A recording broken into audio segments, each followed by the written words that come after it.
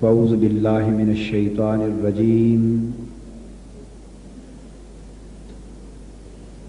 بسم اللہ الرحمن الرحیم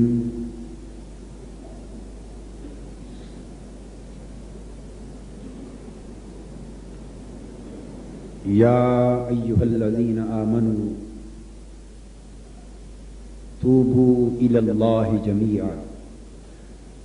صدق اللہ مولانا العظیم۔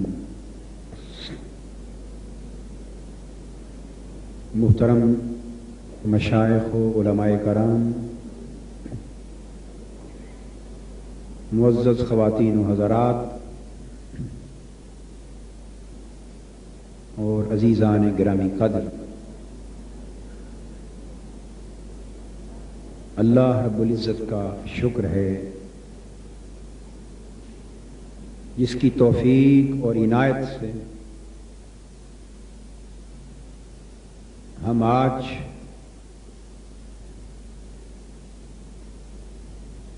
پندرہ شعبان معظم کی اس مبارک رات میں، جسے قرآن مجید نے لیلہ مبارکہ کے ساتھ تعبیر فرمایا، جس رات میں اہم حکمت والے کاموں کی تقسیم فرمائی جاتی ہے،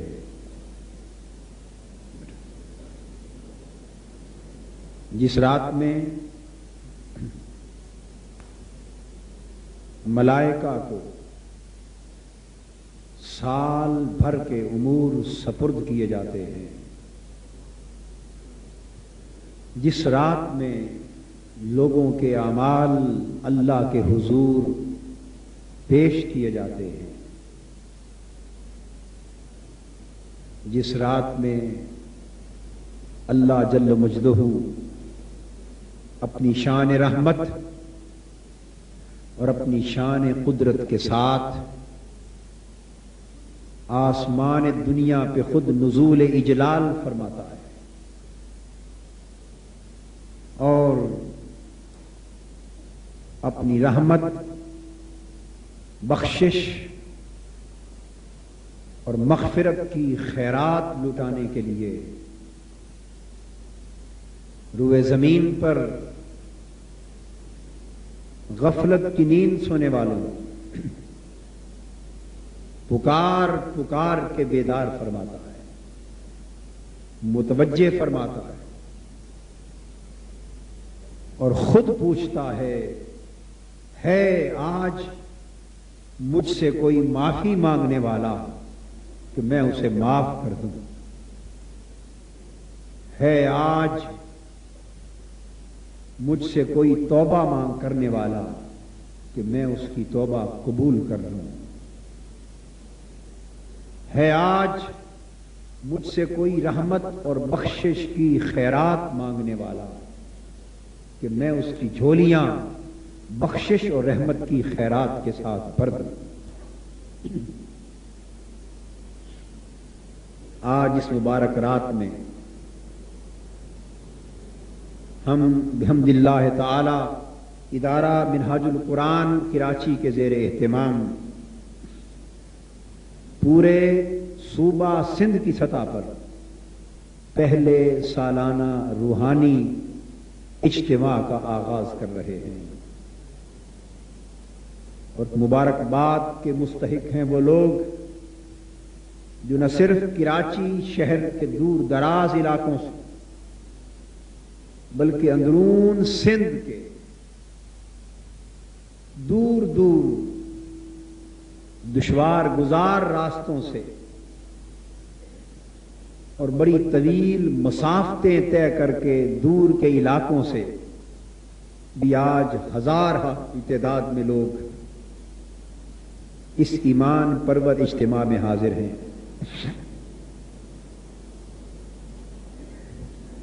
میں امید کرتا ہوں کہ رب ذوالجلال کی رحمت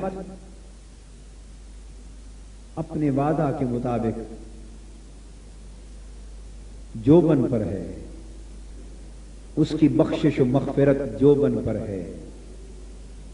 ضرورت صرف اس امر کی کہ ہمارے دلوں کی جھولیاں کھل جائیں، ہماری روحوں کے دامن اس کے حضور پھیل جائیں، ہماری آنکھیں برسات کی طرح برسنے لگیں، ہمارے ہاتھ اس کے حضور بے ساختہ اٹھیں، ہمارے دل سینوں میں پہلوؤں میں تڑپیں۔ آج رات ہم اپنے گناہوں کو یاد کریں، اپنی خطاؤں کو یاد کریں، اپنی لغزشوں کو یاد کریں، اور اپنی بندگی کی ٹوٹی پھوٹی پوجا لے کر اللہ کے حضور سراپا سوال بن کر، سراپا التجا بن کر، سراپا استدعا بن کر، سراپا التماس بن کر، سراپا بھکاری بن کر اللہ کے حضور پیش ہوں۔ یقیناً اس کی بخشش و مغفرت ہم گناہگار بندوں کو اپنے دامن میں چھپا لے گی، اس کی رحمت ہمارے سروں پر سایہ فگن ہوگی، اور کوئی شخص بھی اللہ جل مجدہ کی رحمتوں کے خزانوں سے اپنی جھولیاں اپنی اپنی بساط کے مطابق بھرے بغیر واپس نہیں لوٹے گا۔ اور کچھ بعید نہیں کہ آج رات اللہ کے بندوں کی آنکھوں سے گرتے ہوئے آنسو، لوگوں کے سینوں سے اٹھتی ہوئی آہیں، اور صلاۃ التسبیح اور نماز توبہ و استغفار کی شکل میں لوگوں کی جبینوں کے سجدے، لاکھوں کی تعداد میں اٹھے ہوئے ہاتھ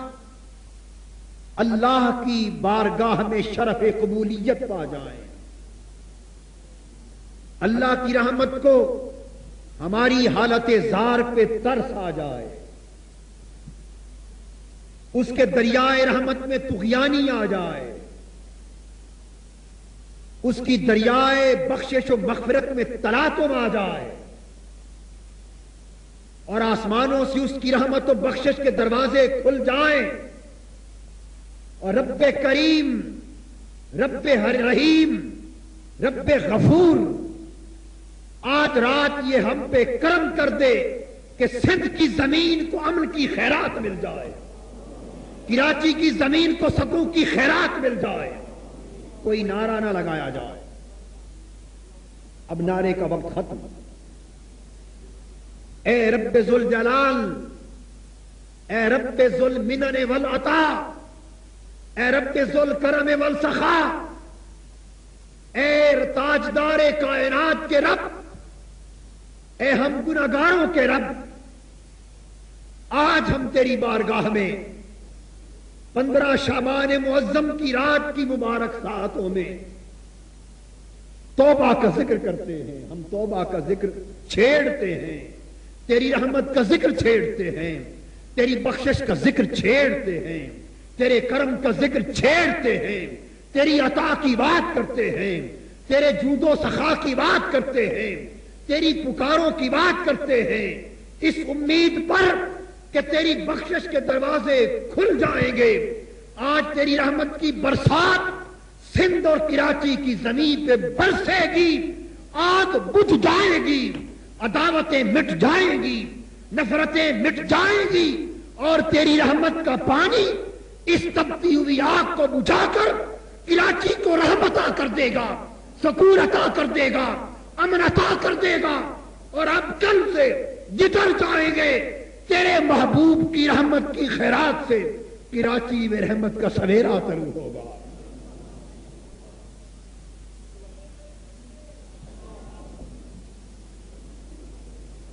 نعرہ رسالت لگا لیں۔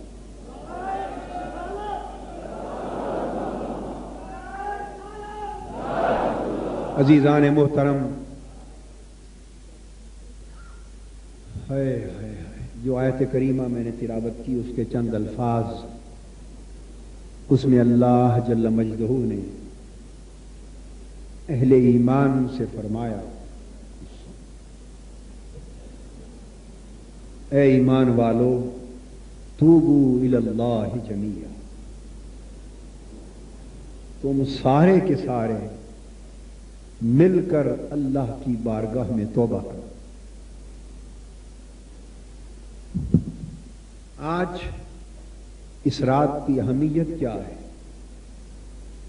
توبہ تو ہم سب کرتے ہیں اور ہر کوئی جدا جدا کرتا ہے، روتا بھی ہر کوئی ہے،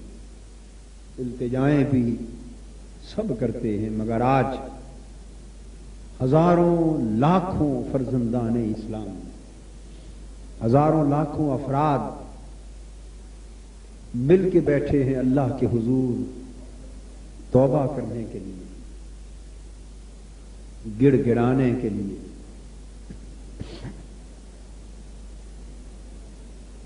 اتنے آنسو کتنی آنکھوں سے جو بہیں گے، خدا جانے کس کی آنکھ کا گرا ہوا آنسو اس بارگاہ میں قبول ہو جائے، خدا جانے کس کی آہیں اس بارگاہ میں قبول ہو جائے۔ اور ایک آنسو بھی کسی کا قبول ہو گیا تو ساروں کی سمجھ جائے گی۔ حدیث پاک میں آتا ہے کہ قیامت کا دن ہوگا، ایک گناہگار کو اس کے حساب و کتاب کے بعد پکڑ کے دوزخ میں پھینکے جانے کا فیصلہ سنا دیا جائے گا۔ ملائکہ اسے دوزخ کے دروازے کی طرف لے چلیں گے،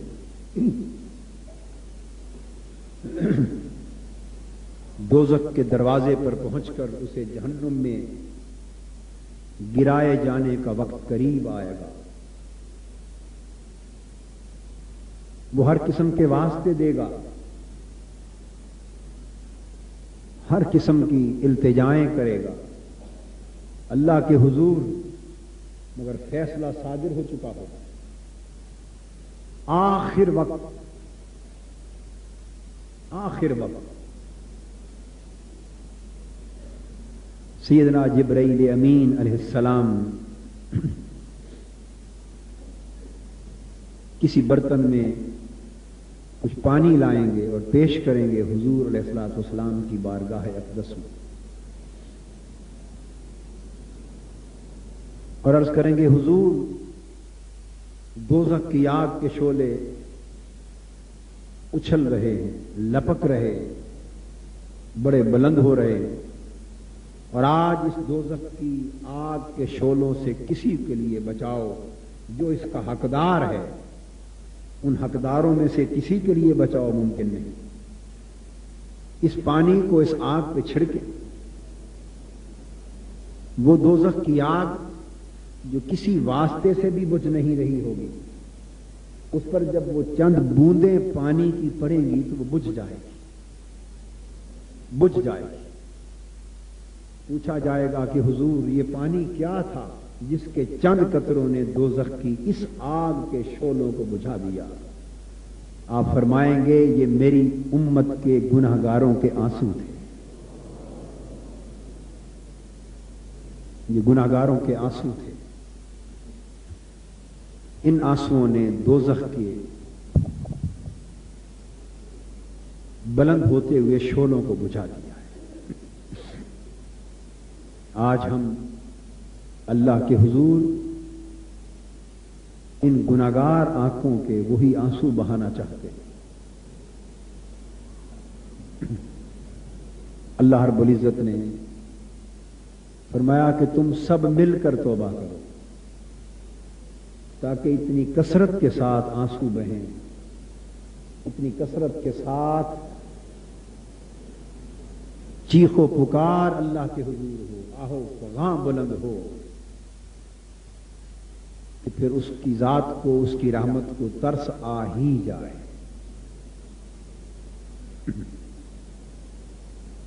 حضور نبی اکرم صلی اللہ تعالی علیہ وآلہ وسلم کہ معمولات کے بارے میں حدیث پاک میں آتا ہے کہ یہی 15 شعبان معظم کی رات ہے. حضرت عائشہ صدیقہ رضی اللہ تعالی عنہا اچانک دیکھتی ہیں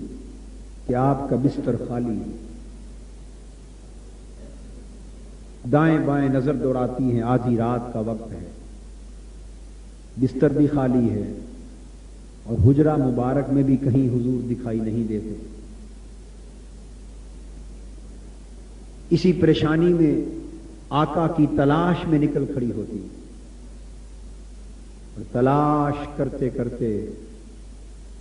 آقا کے پیچھے جنت البقیع میں چلی جاتی، جہاں مومنین کی،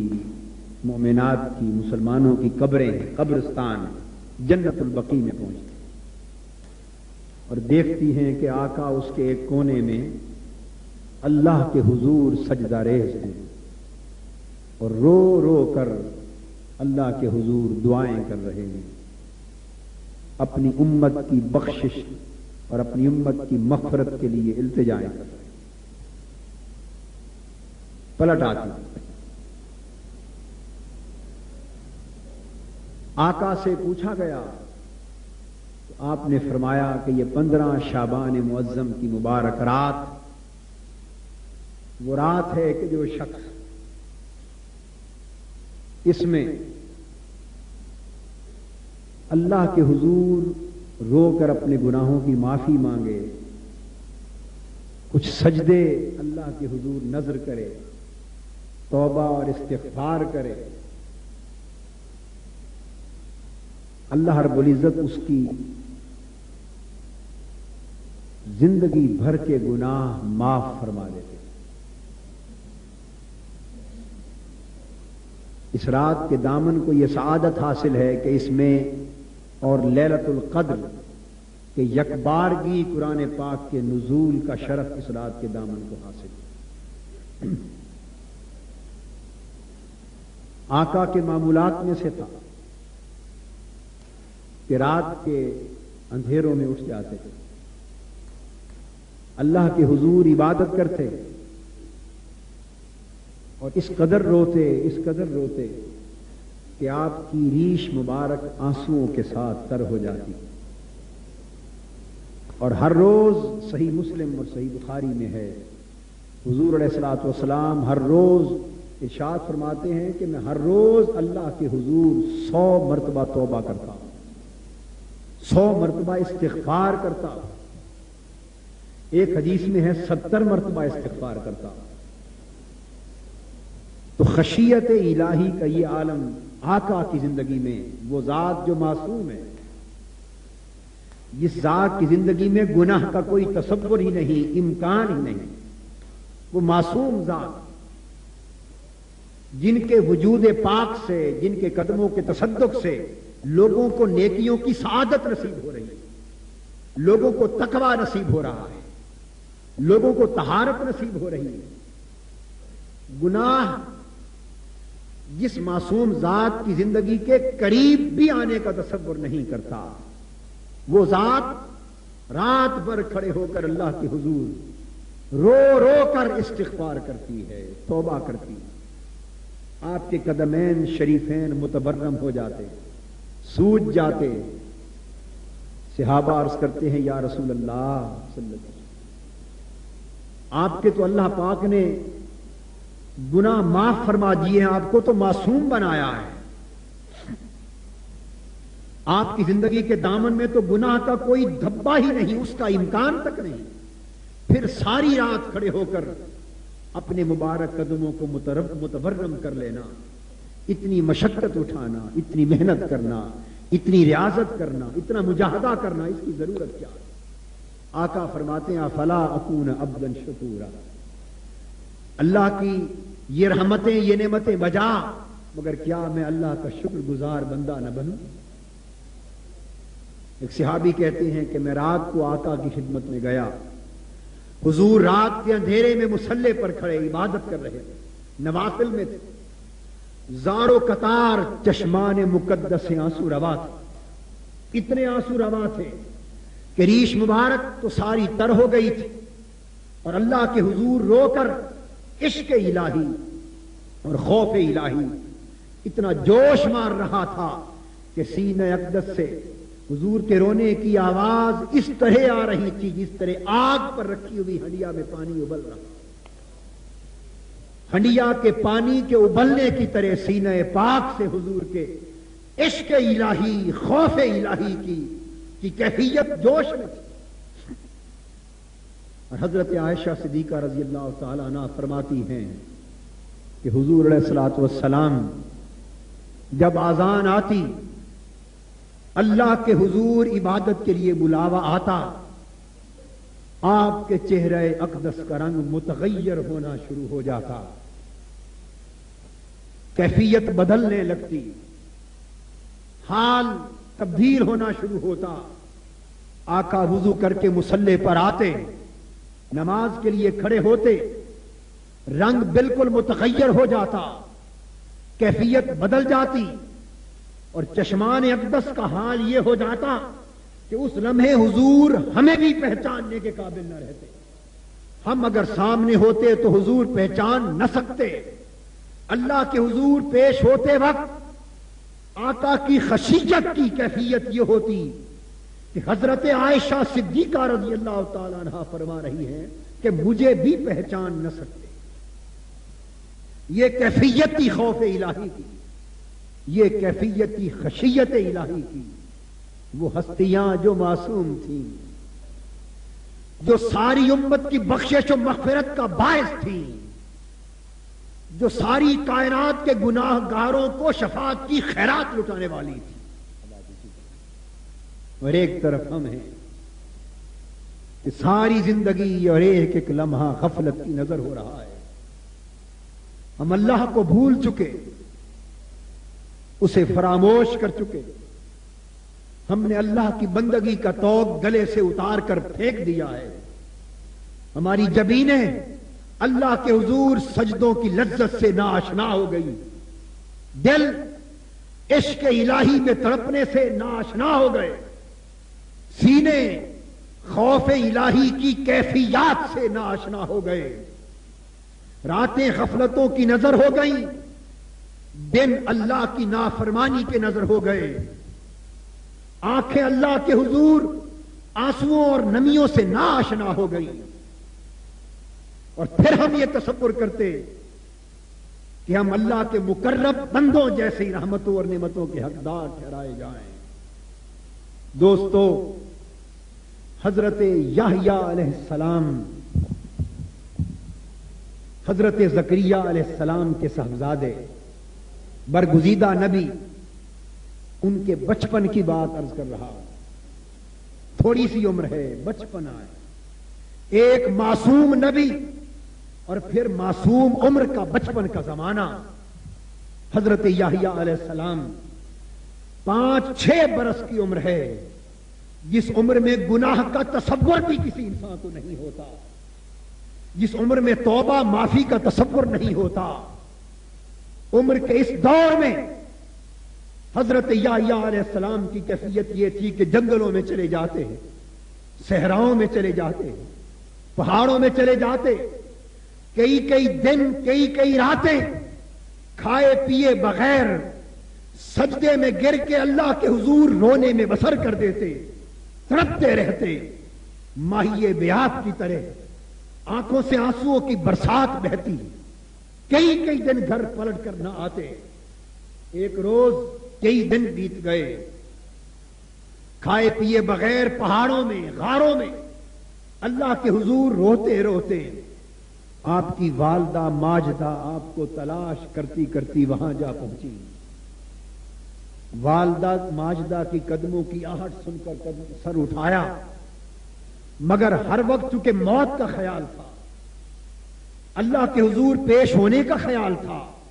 جب قدموں کی آہٹ کی آواز آئی تو یہ سمجھا کہ شاید ملک الموت میری روح قبض کرنے کے لیے آ گیا ہے۔ سر اٹھایا، فرمانے لگے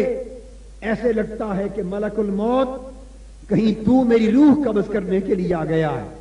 اور اے آنے والے اگر تو ملک الموت ہے تو ٹھہر جا،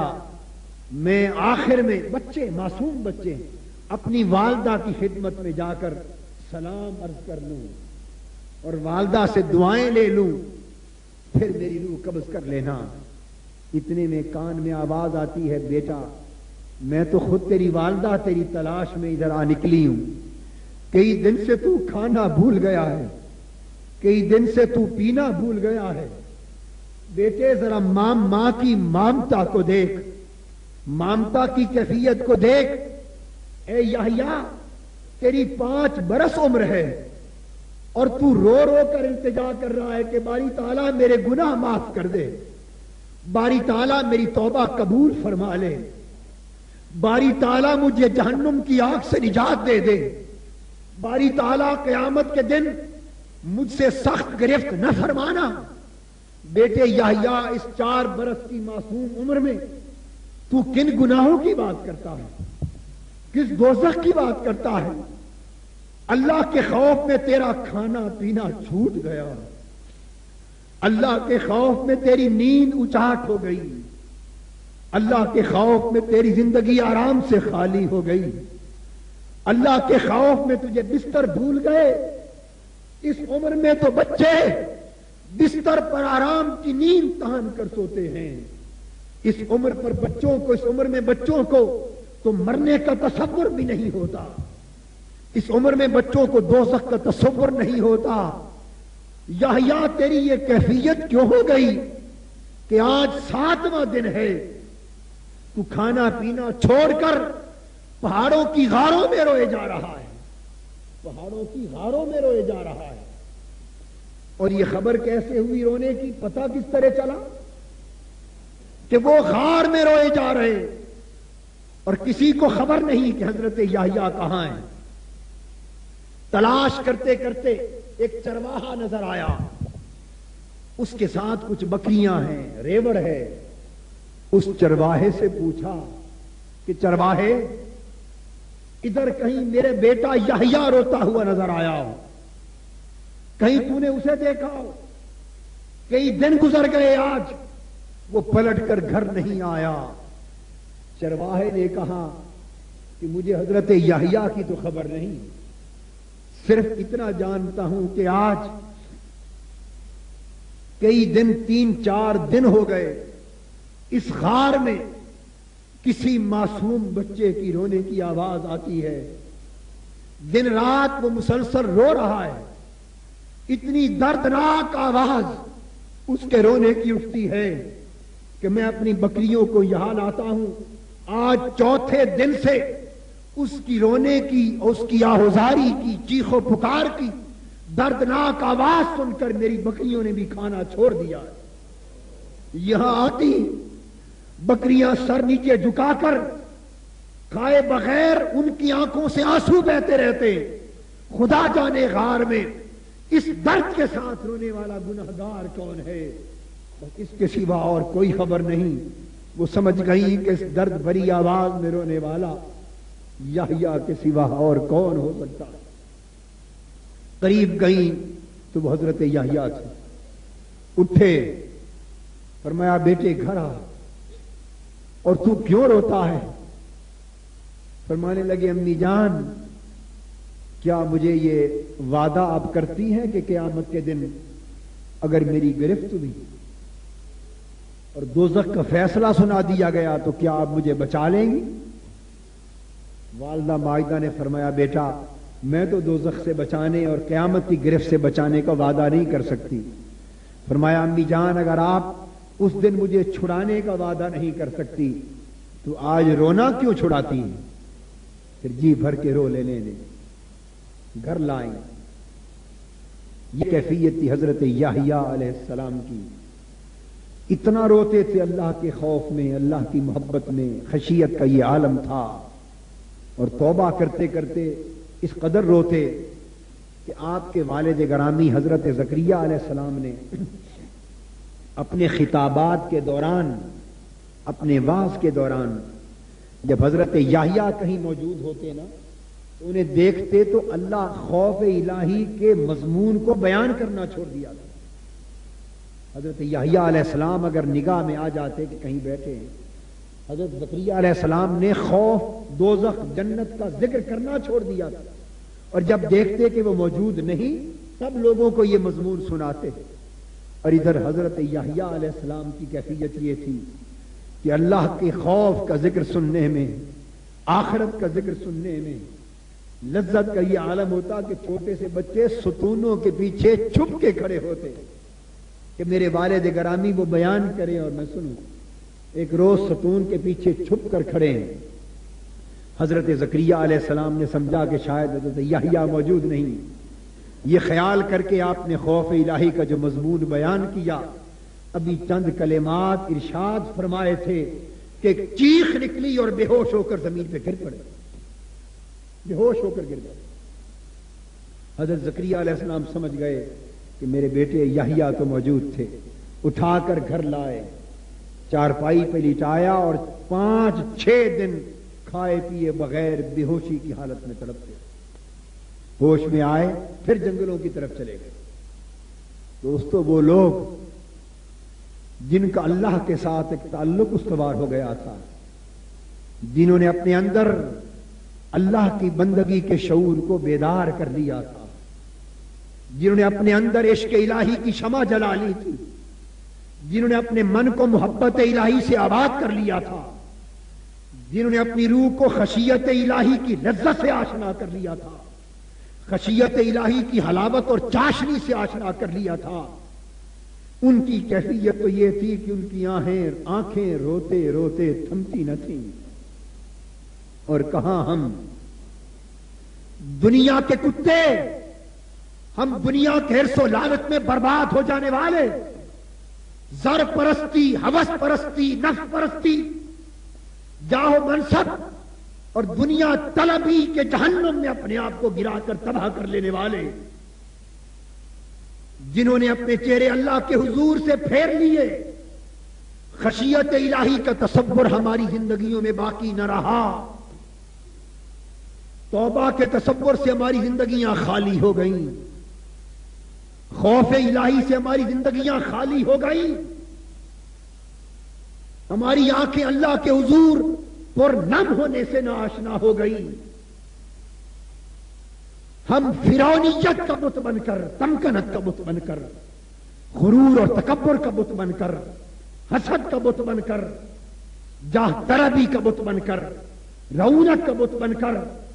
اللہ کی زمین پر اکڑ کے چلتے ہیں۔ کسی کو مال و دولت کا غرور ہے، کسی کو جاہ و منصب کی تمکنت ہے، کسی کو دنیا کا غرور اور نشہ ہے، اور ہم بھول گئے کہ قیامت کے دن اللہ کو بھولنے والے، اگر اللہ کی رحمت نے ہم سے منہ پھیر لیا اور یہ آواز آ گئی کہ اے بندے، متکبر غرور بندے،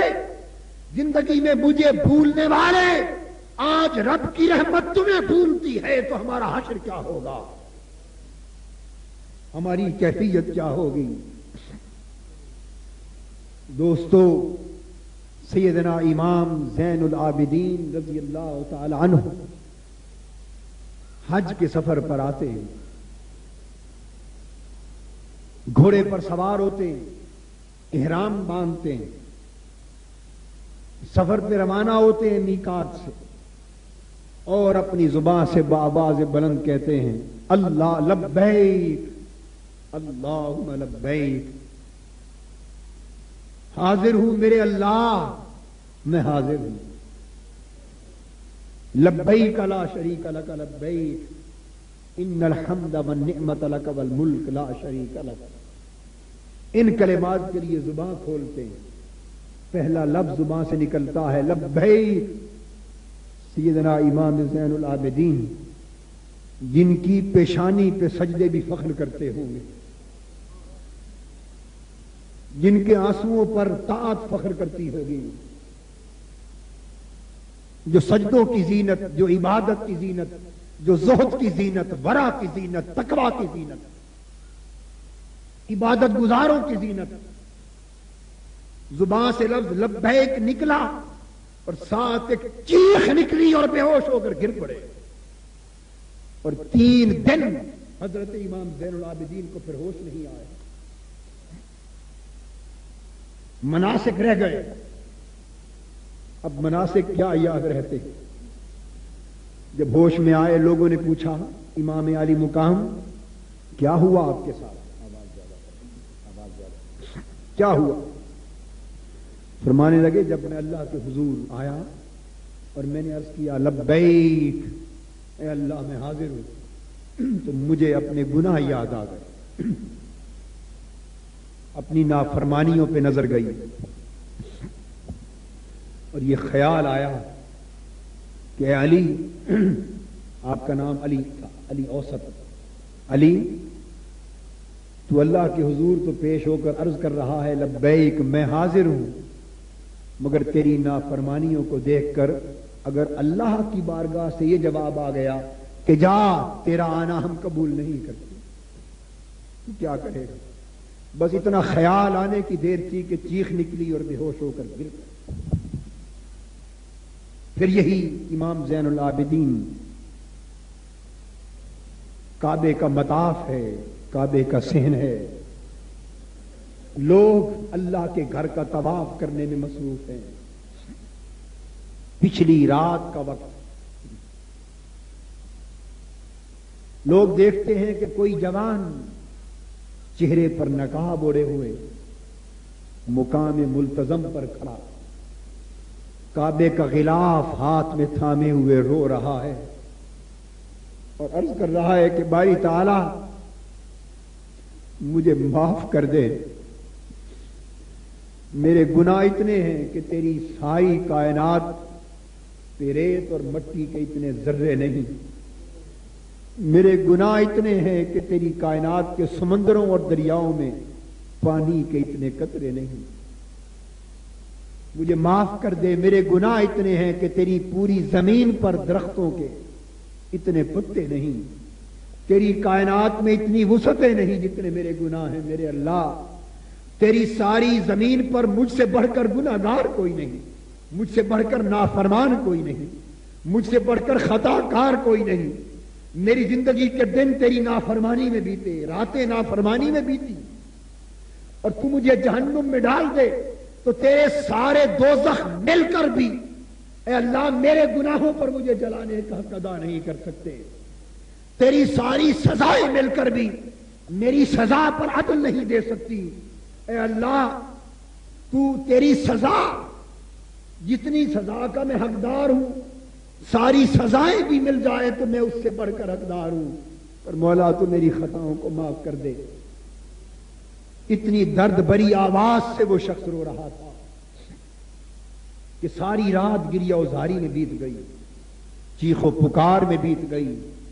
روتے روتے بیت گئی، رات جل گئی، آنسو گرتے رہے، آہیں بلند ہوتی رہیں، سسکیاں بلند ہوتی رہیں، کعبے کی فضائیں اس جوان کی سسکیوں سے معمور ہوتی رہیں، آہوں سے معمور ہوتی رہیں، اور ساری رات وہ شخص اپنے گناہوں کا نام لے لے کر نافرمانیوں کی بات کر کر کے اتنا رویا کہ طواف کرنے والوں کے قدم تھم گئے، لوگ طواف کعبہ بھول گئے، لوگوں کی اپنی عبادتیں دعائیں بھول گئیں، اور بہت سے لوگوں نے طواف چھوڑ کر اس جوان کو پکڑ لیا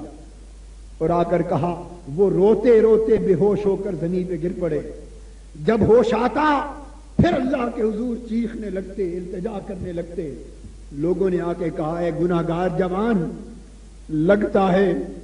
کہ تیرے جیسا اس پوری دنیا میں کوئی گناہگار نہیں.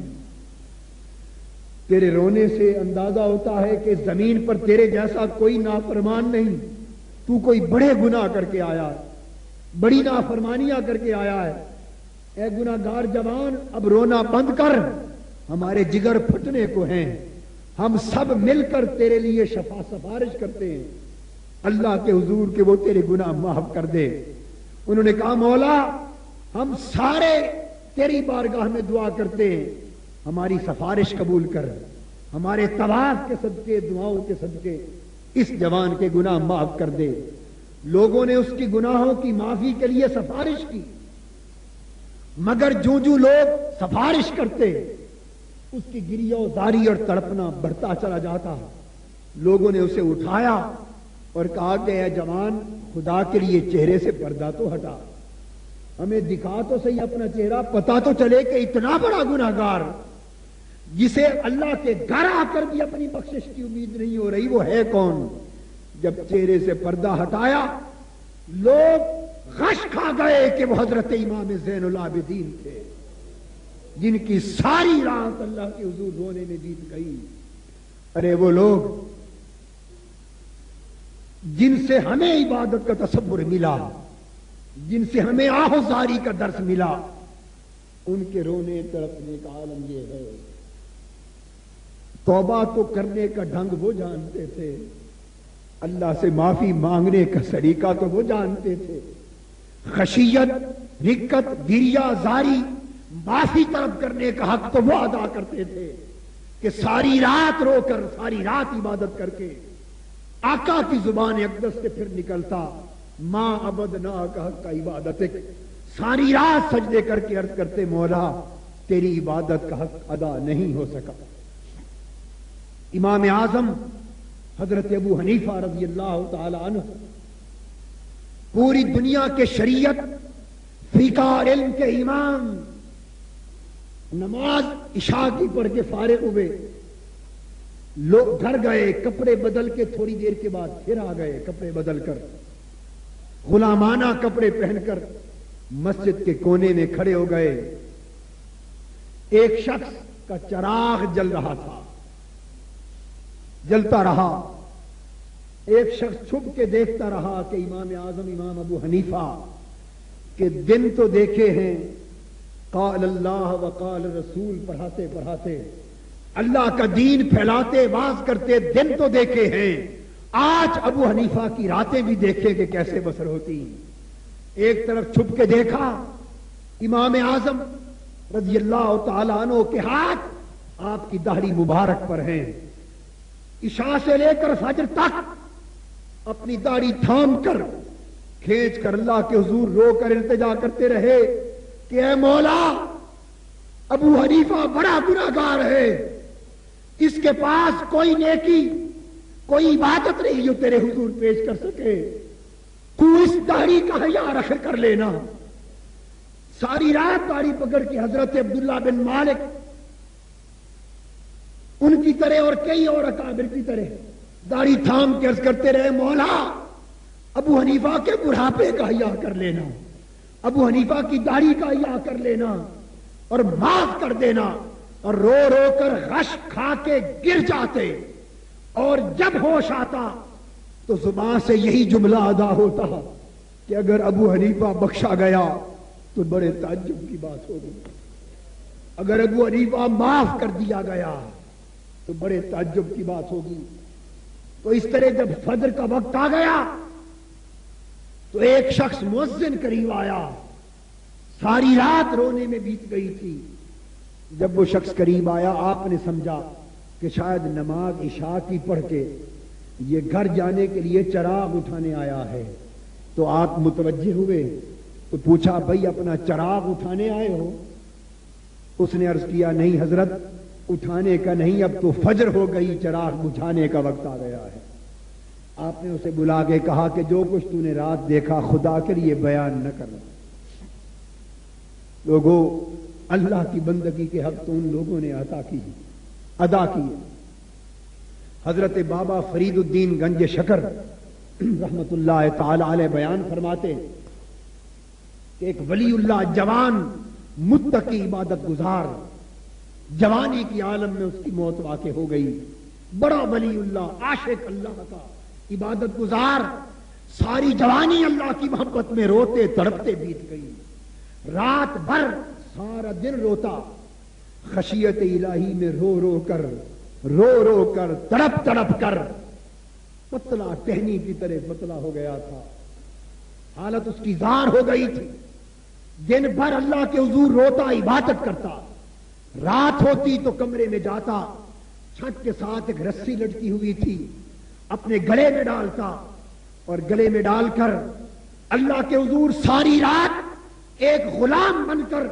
پھانسی کا سا پھندا گلے میں ڈال کے روتا، سجدہ ریز ہوتا، اور جب کبھی اونگ آتی تو اس پھندے کی وجہ سے آنکھ کھل جاتی. ساری جوانی، ساری عمر، سارے دن، ساری راتیں اللہ کے حضور اس طرح شان غلامی کے ساتھ بیت گئے. جب وفات کا وقت قریب آیا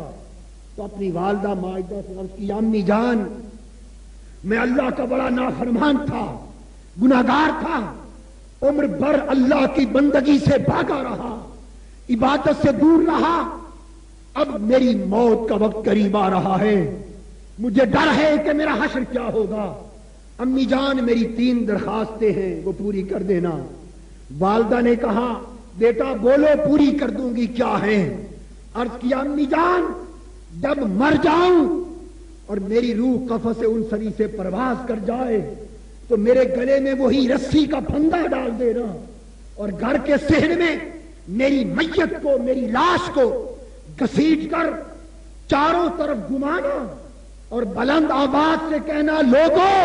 اللہ کے نافرمانوں کا حال یہ ہوتا ہے، اللہ کے نافرمانوں کا حال یہ ہوتا ہے. میری لاش کو گھر کے اطراف میں گھسیٹنا اور کہنا کہ خدا کی بندگی سے بھاگنے والوں کی موت اس طرح ہوتی ہے. اور دوسری درخواست یہ کہ مر جاؤں تو میری میت، میرا جنازہ رات کے اندھیرے میں اٹھانا کہ دیکھنے والے میرے جنازے کو دیکھ کر کہیں تانا نہ دیں کہ گناہگار کا جنازہ جا رہا ہے. اور تیسری بات، جب مجھے قبر میں دفن کر دیا جائے، مجھے علم ہے عذاب ہوگا، تو میری ماں میری قبر پہ کچھ دیر آپ کھڑے رہنا کہ شاید بخشا نہ جاؤں تو ممکن ہے آپ کے قدموں کے طفیل میرے مولا مجھے معاف فرما دیں. والدہ نے وعدہ کر لیا. حضرت بابا فرید الدین گنج شکر اسرار الاولیاء میں فرماتے کہ جب اس کا انتقال ہو گیا تو بادل ناخواستہ والدہ نے وعدہ کے نبھانے کے لیے رسی لے کر اپنے اس جوان بیٹی کی میت کی گلے میں ڈالی اور ابھی رسے ڈالنے ہی والی تھی، ڈال نہیں پائی تھی. قریب تھا کہ وہ رسی ڈالتی، آتے ہوئے غیب سے آواز آئی، اے نیک خاتون ہٹ جا، تمہیں کیا خبر، یہ تو ہمارا عاشق تھا، یہ تو ہمارا دوست تھا، اور ادھر اس کی روح جسم سے نکلی، ادھر عیش میں ہم نے اس کو قبول کر لیا. اور اللہ کے عاشقوں اور اللہ کے دوستوں کا عالم بڑا پیارا ہوتا ہے. دوستو وہ لوگ جن کے اندر اللہ کی بندگی کی معرفت، اللہ کے تعلق کی معرفت پیدا ہو گئی تھی،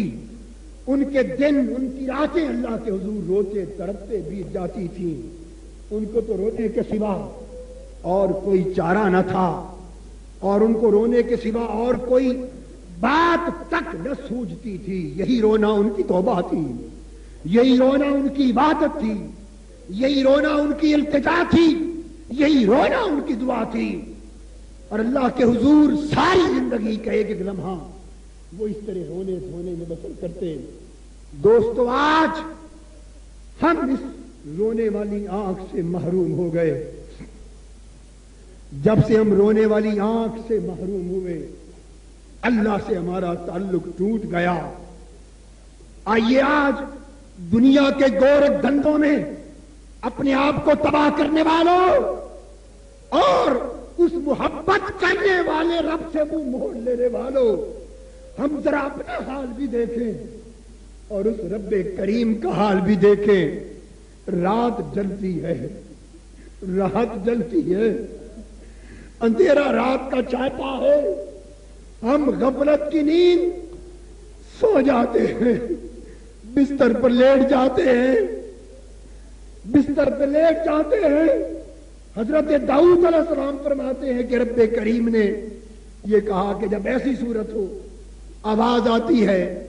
کہ اے میری محبت کا دم بھرنے والوں، کبھی محبت کرنے والوں کو بھی نیند آتی.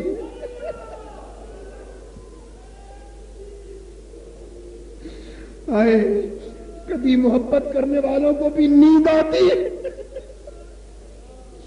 آواز آتی ہے میرے بندے، میری محبت کا دم بھرنے والے،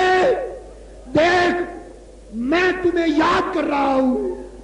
تو غفلت کی نیند سو رہا ہے. غفلت کی نیند سو رہا ہے. حضرت بابا فرید کہتے ہیں اٹھ فریدا ستیا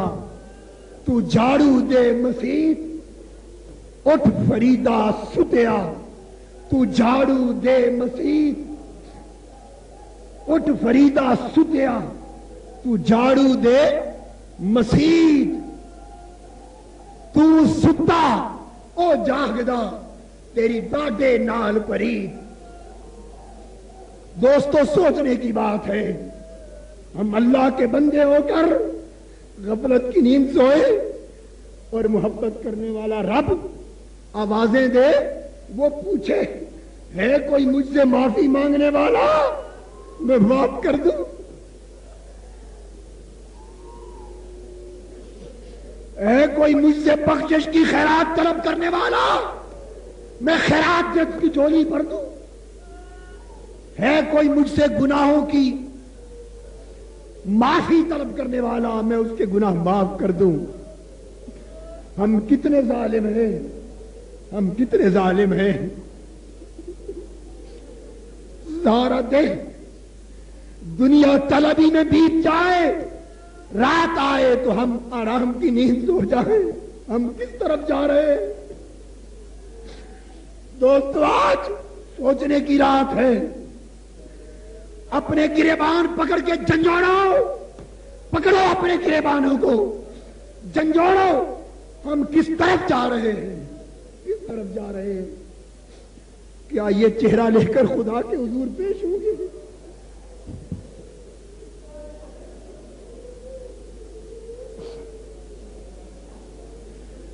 کیا یہ چہرہ لے کر خدا کے حضور پیش ہوں گے؟ ہمارے آقا وہ تو رات پر عبادت کرتے کرتے قدمین شریفین متبرم کر لیں,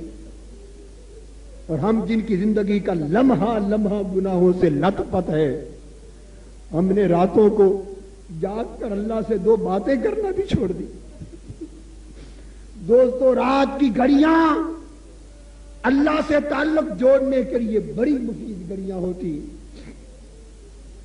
حدیث پاک میں آتا ہے کہ جب رات ڈھلتی جاتی اور پچھلا پہر آتا ہے, اب آدھی رات ڈھل چکی ہے, آدھی رات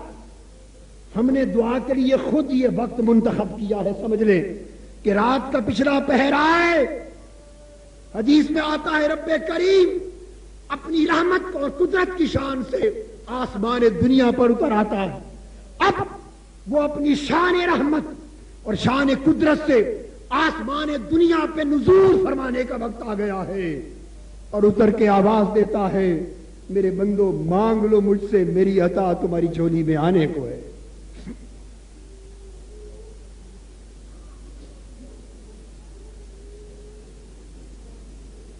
ہماری بندگی اس وقت تک بندگی نہیں ہے جب تک کم سے کم ہم یہ تہیا نہ کریں کہ ہم رات کی چند گھڑیاں اللہ کے حضور سجدہ ریز ہو کر رونے اور دھونے میں نہ گزار دیں. آج کی رات ہمیں اللہ کے حضور توبہ کرنی, اپنے گناہوں پر معافی مانگنی, اور یہ عہد کرنا ہے کہ اے مولا آج ہم تیری ذات سے اپنا تجدید بندگی کرتے ہیں, اپنا تجدید بندگی کرتے ہیں. آج منافقت سے توبہ کرنی,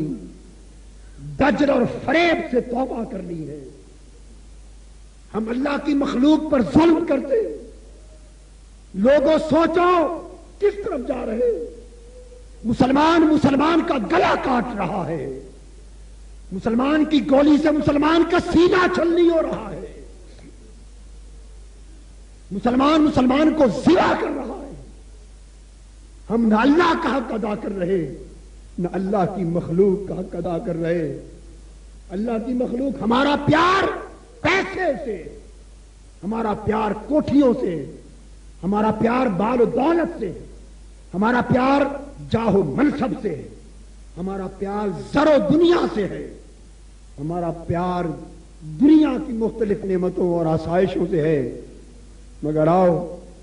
آج اپنے پیار کی ان جھوٹے پیاروں کی ڈوریاں کاٹ کر اپنے پیار کی ڈوری اللہ کی ذات سے جوڑ لیں, اللہ کی ذات سے جوڑ لیں. اور جو کچھ آج مانگیں پھر اس پر استقامت کے ساتھ جئیں، اس پر قائم رہیں، اس سے پھر پیچھے ہٹنے نہ پائیں، اس سے پیچھے ہٹنے نہ پائیں۔ اس لیے گفتگو ختم کرتے ہوئے میں اب ترتیب کو جو پروگرام دیا تھا اس کو تبدیل کرتا ہوں۔ ابھی گفتگو ختم کر کے ہم روشنیاں بجھا دیں گے، سارے لوگ آنکھیں بند کر کے اللہ کی طرف متوجہ ہوں گے، اپنے گناہوں کو یاد کریں گے، لغزشوں کو یاد کر کے مراقبے کی حالت میں سر جھکا کے بیٹھیں گے